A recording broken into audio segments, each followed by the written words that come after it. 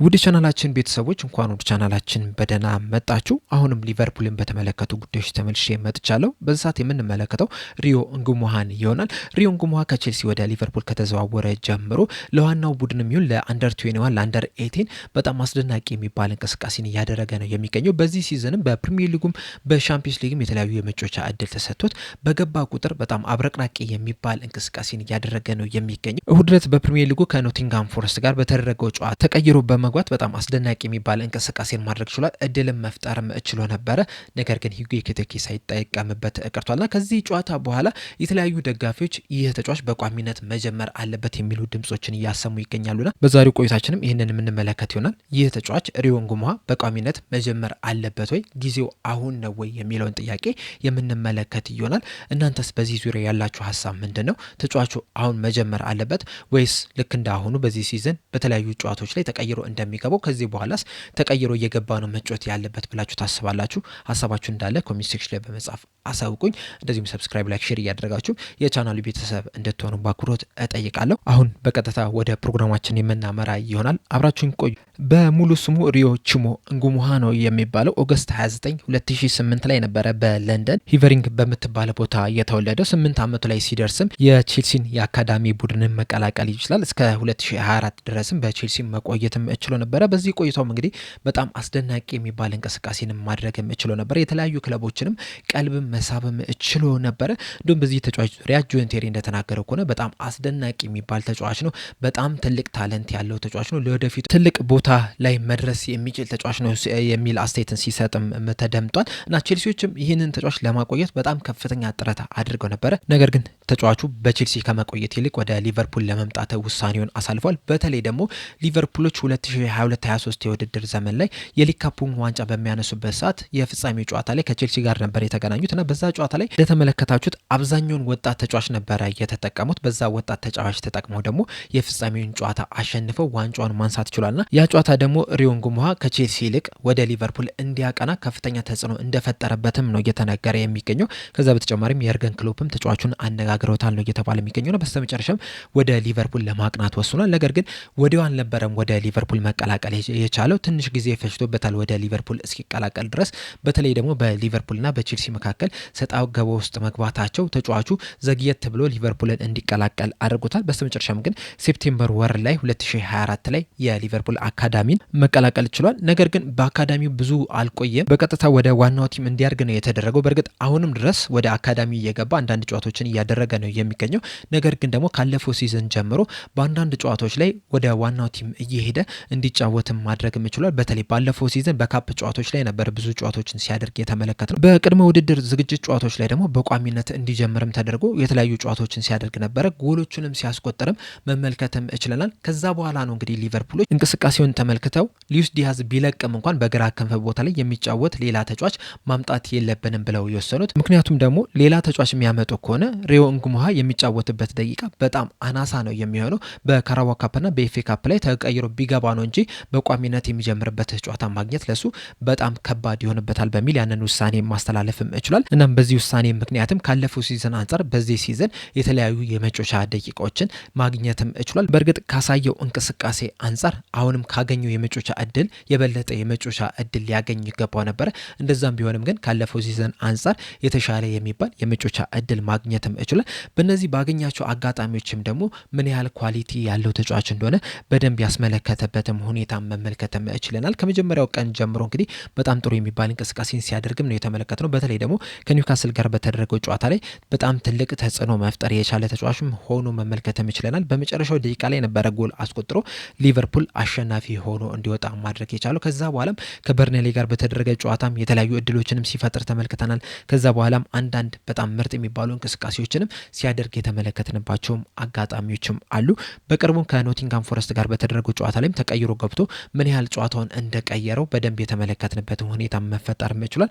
እንዲሁም ለሂጉ ኤኪቲኬም አሪፍ ክሮስም አድርጎለት ነበረ። ነገር ግን ሂጉ ኤኪቲኬ እድሉን ሳይጠቀምበት ቀረ እንጂ ምናልባትም በዛ ጨዋታ ላይም ሪዮ እንጉሙሃ አሲስት አድርጎም ሲወጣ ልንመለከተው እንችልም ነበረ።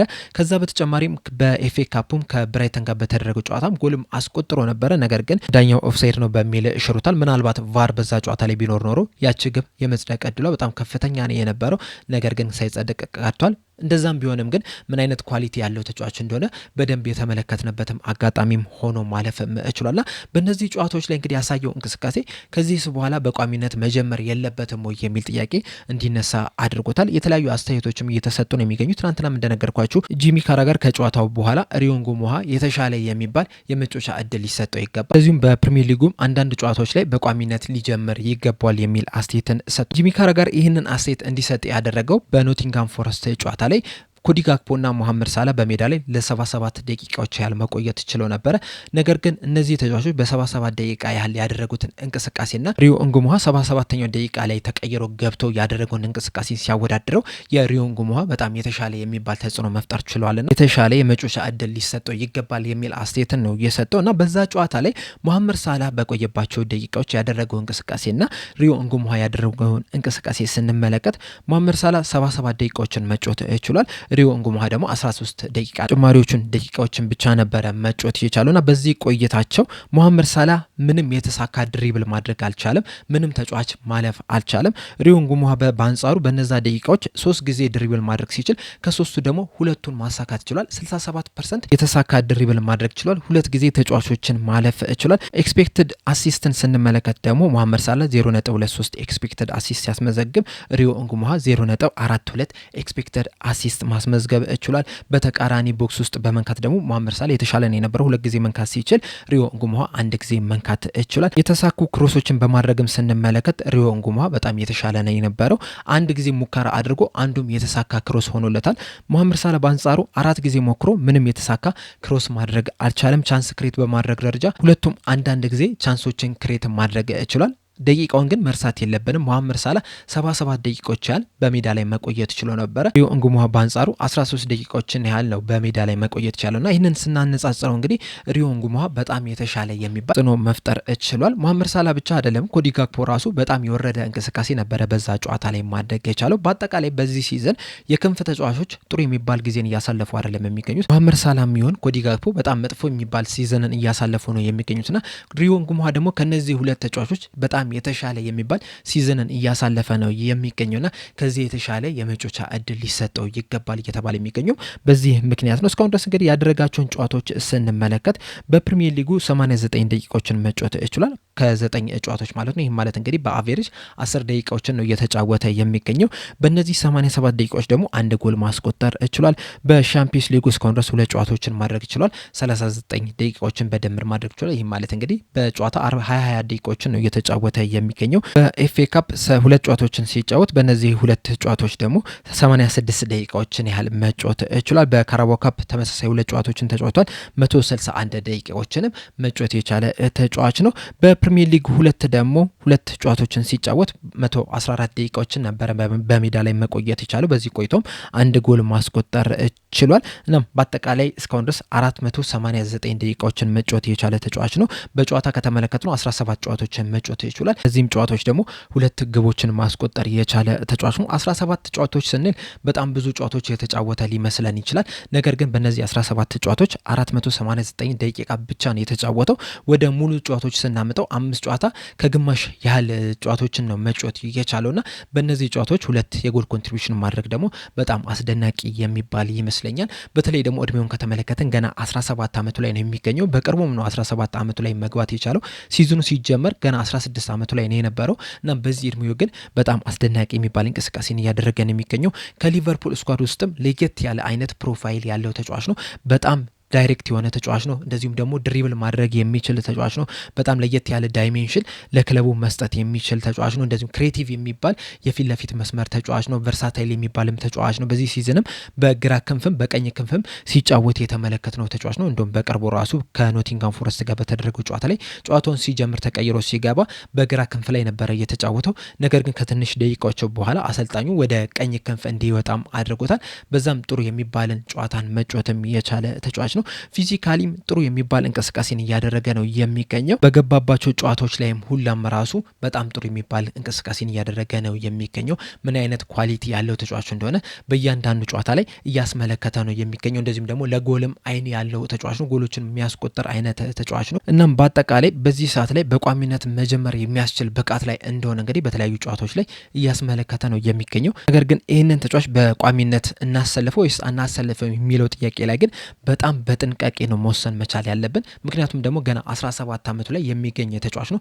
ገና መጎልበት ያለበት ተጫዋች ነው። እናም በዚህ እድሜ ላይ ያለን ተጫዋች በቋሚነት በምናሰልፍበት ሰዓት በጥንቃቄ መሆን መቻል አለበት። ለረጅም ጊዜ ይጠቅመዋል የሚለው ነገር ላይ በጣም በጥንቃቄ ነው መወሰን መቻል ያለብን። ምክንያቱም ደግሞ ሪስክ አለው፣ የራሱ የሆነ ጉዳት አለ። በወጣትነታቸው የተለያዩ ጨዋታዎች ላይ በተደጋጋሚ ማሰለፍ ለጉዳት ሊዳረጉ ይችላሉ፣ ጫናውም ሊበረታባቸው ይችላሉና ሳይኮሎጂካሊም ሊጎዱ የሚችሉበትም እድል አለ። ከዛ በበለጠ ግን ፊዚካሊም በጣም ሊጎዱ ይችላሉ። ይህንንም ነገር እንግዲህ በተለያዩ ተጫዋቾች መመልከት ይችላል። አሁን ለምሳሌ ሃርቪ ኤሊየት፣ ጄደን ዳንስ፣ ስቲቨን ባጀቲች እንደዚሁም ደግሞ ኬይ ጎርደንን ራሱ ብንመለከታቸው በወጣትነታቸው ነበረ ለዋናው ቡድን መጫወት የቻሉት። ከዛ በኋላ ግን ጉዳት አጋጥሟቸው ስቲል እስካሁን ድረስ ወደ ዋናው ብቃታቸው መመለስ ቸግሯቸዋል። አንዳንድ ተጫዋቾች ደግሞ ወደ ሜዳ ራሱ መመለስ እየተቸገራቸው ነው የሚገኙትና ሪዮ እንጉሙሃም እንደዚህ አይነት እድል እንዳይገጥመው እጣ እንዳይገጥመው እንግዲህ በደንብ መጠንቀቅ መቻል አለብን። በተጨማሪም ሊጉ ራሱ ለወጣት ተጫዋቾች የሚሆን ሊግ አይደለም። ምናልባት እንደ ፈረንሳይ ሊግ፣ እንደ ስፔን ላሊጋ፣ እንደ ጀርመን ቡንደስ ሊጋ አይነት ቢሆን ኖሮ ሊጉ ምናልባትም በተከታታይ ጨዋታዎችን ሲጀምር ልንመለከተው እንችል ነበር። አሁን ለምሳሌ በባየር ሙኒክ አንድ ወጣት ተጫዋች አለ። በእያንዳንዱ ጨዋታ ላይ በቋሚነት ነው እየጀመረ የሚገኘው። ሊጉ ያን ያህል ከባድ የሚባል ሊግ አይደለም። በጣም ብዙ ፋውሎች የሚሰራበት ሊግ አይደለም።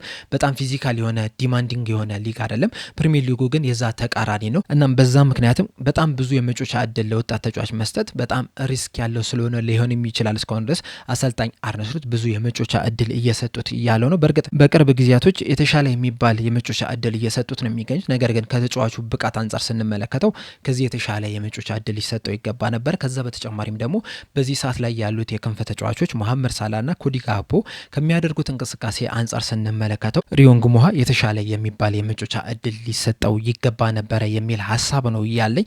በተለይ አንዳንድ የተመረጡ ጨዋታዎች ላይ በቋሚነት ማስጀመር፣ አንዳንዱ ላይ ደግሞ ቀደም ብሎ በማስገባት የተሻለ የሚባል የመጮቻ እድል ሊሰጠው ይገባ ነበረ የሚል ሀሳብ ነው ያለኝ። አሁን ለምሳሌ በቅርቡ በኤፍኤ ካፕ ከወልቭስ ጋር የሚያደርጉት ጨዋታ አላቸው ሊቨርፑሎችና በዚህ ጨዋታ ላይ አሁን ሪዮ እንጉሙሃ በቋሚነት መጀመር አለበት ብዬ ነው የማስበው። አሰልጣኙ ያንን ያደርጉታል የሚለው ነገር አብረን የምንመለከት ይሆናል። ነገር ግን ቅድም እንዳልኳችሁ ኮዲ ጋክፖ በዚህ ሲዝን እያሳየው ካለው አቋም አንጻር፣ መሐመድ ሳላህ እያሳየው ካለው አቋም አንጻር ስንመለከተው ግን ከዚህ የተሻለ የመጮቻ እድል ሊሰጠው የሚገባ ተጫዋች ነው ብዬ ነው የማስበው። እናንተስ በዚህ ዙሪያ ያላችሁ ሀሳብ ምንድን ነው? ሪዮ እንጉሙሃ በቋሚነት ሊጀምር ይገባዋል ወይ ብላችሁ ታስባላችሁ? ወይስ አሁንም በጥንቃቄ ነው ይህንን ተጫዋች በጨዋታዎች ላይ ማጫወት ያለብን የሚል ሀሳብ ነው ያላችሁ? ሀሳባችሁን እንዳለ ኮሜንት ሴክሽን ላይ በመጻፍ አሳውቁኝ። ለአሁን እኔ እዚህ ላይ አበቃው። በቀጣይ በሌላ እስከምንገናኝ ድረስ ሰብስክራይብ፣ ላይክ፣ ሼር ማድረግ እንዳትረሱ። ቸር ያቆየን።